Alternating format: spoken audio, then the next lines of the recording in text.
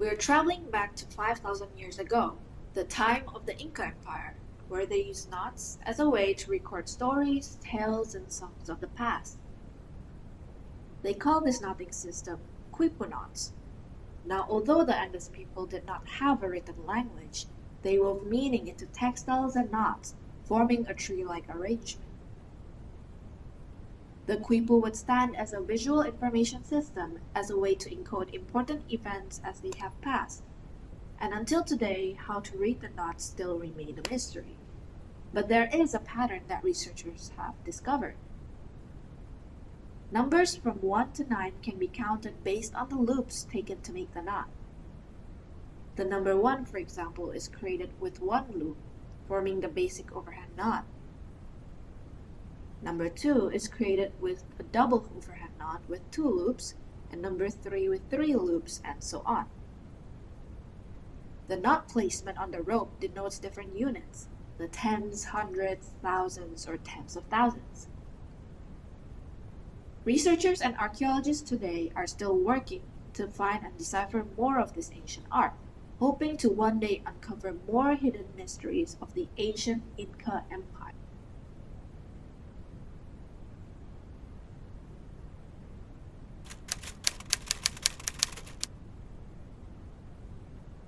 For our next knot, it is one that is said to originate in ancient Egypt as a healing charm, but is also best known in ancient Greek and Rome as a protective amulet.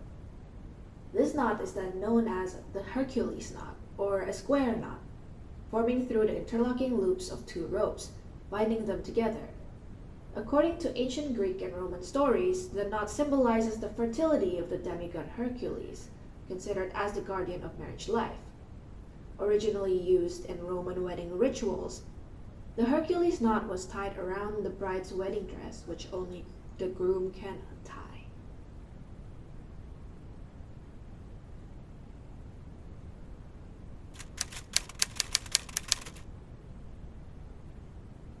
And now the blood knot. The origin of its name is believed to come from a punishment commonly used back in the days of sailing ships, pirates, and the like. It's known as the cat o' nine tails. Now, it's a 9-stranded whip with knots on each strand to intensify the pain and draw blood from the victims. This whip dates back to 18th and 19th century ancient Egypt, used during the transatlantic slave trade by sailors to punish African captives on board the ship. However, the blood knot has evolved over the years to have different functions and uses. The same knot is used quite often in decorative golden braids we see on dress military uniforms, during parades or ceremonies. It's also adapted to what is known as the barrel knot, a great knot for fishing, especially to connect small, stiff, or slippery lines, offering the least resistance possible when drawn through the water. This version is what we performed in the video today.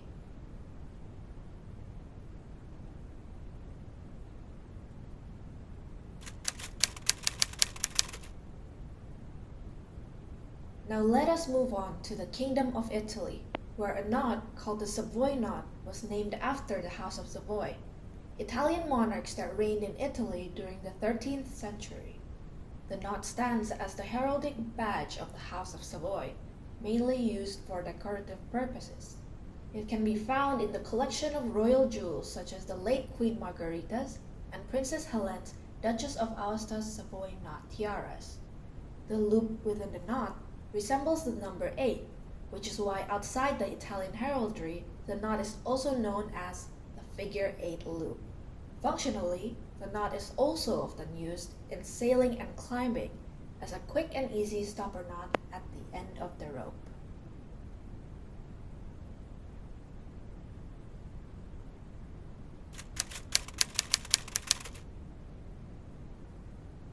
Now onto our final knot, the double fisherman's knot.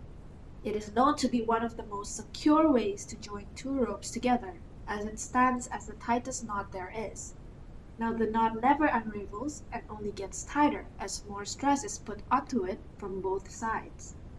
Because of this, the knot has become a part of symbolic tradition ancient pagan and Celtic weddings, believed by some as the origin to the phrase tying the knot, which has also been carried through into modern wedding ceremonies. Now the knot symbolizes a union between the wedded couple, to be as strong as the knot, where the struggles that the couple face together would ultimately strengthen the relationship. Historically, the double fisherman's knot is in fact a stronger variation of the classic fisherman's knot, where one loop is used instead of two, yet is still very useful for the fishing line, as it is easy to tie with cold-wed hands. It became a standard and commonly used knot in fishing, and because of this, resulting in the origin of its name.